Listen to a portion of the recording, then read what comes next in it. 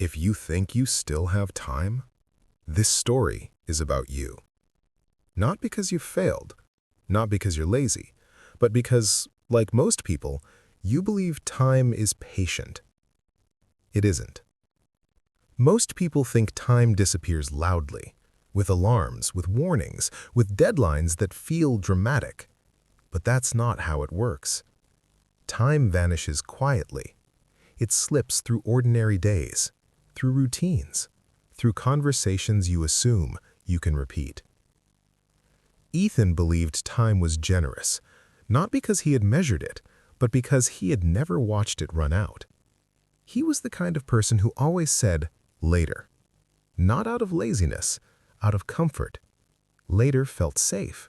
Later felt endless. And for a long time, it felt true. Ethan was 30 when he first noticed something strange. Not that time was moving faster, but that it was slipping, unnoticed. Mornings blurred into evenings. Weeks collapsed into months. He told himself the same quiet lies most people do. I'll start when things calm down.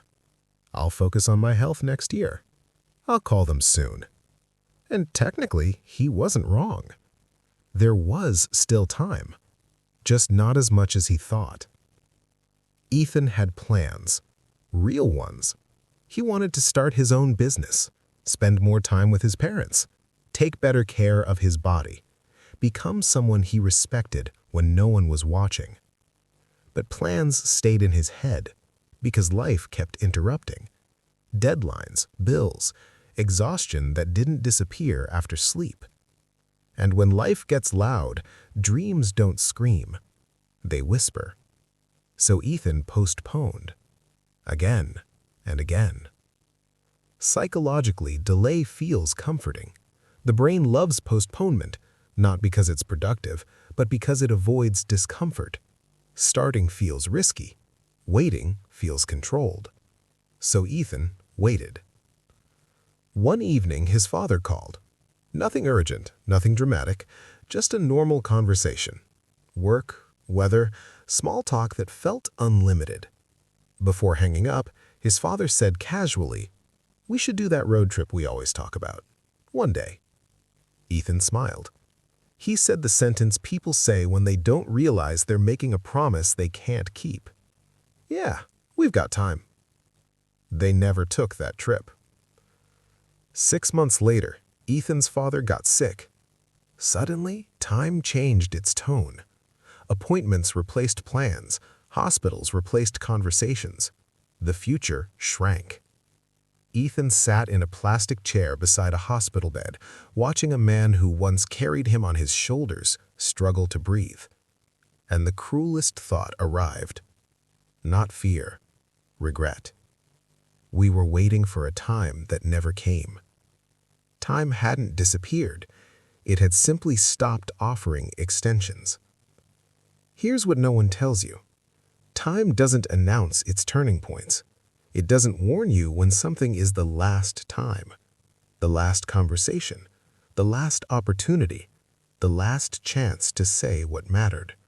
You only recognize those moments in hindsight, and by then, they're gone. After his father passed, Ethan noticed something unsettling. The world didn't pause. Emails kept arriving. Traffic kept moving. People kept laughing. Time didn't slow down out of respect. It kept going. Indifferent. Ethan returned to his life, but something inside him had shifted. He began noticing how casually people said, "Someday.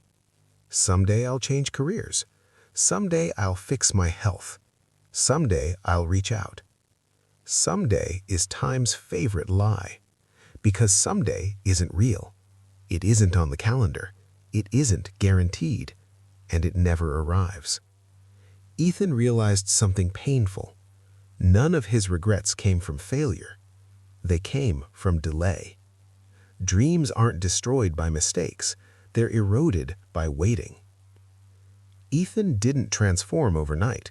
He made small changes, honest ones. He called people instead of texting. He started projects before confidence arrived. He replaced one day with dates. Not because he became fearless, but because fear felt lighter than regret. Every time he hesitated, he asked one question. If this were my last chance, would I still wait? That question changed everything.